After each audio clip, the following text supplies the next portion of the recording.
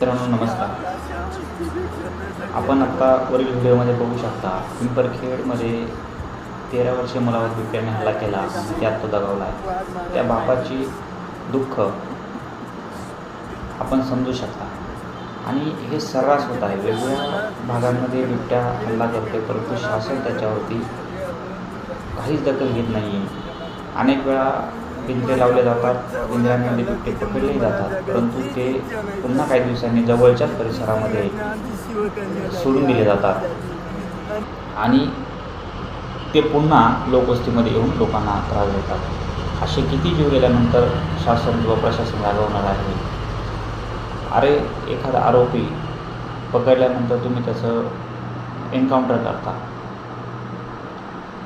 इथे तुम्ही बिबट्यांबद्दल काहीच करत नाही आहे. तुम्हाला बिबटे वाचवायचे आहे. तुम्ही पशुप्रेमी आहात, सगळं मान्य.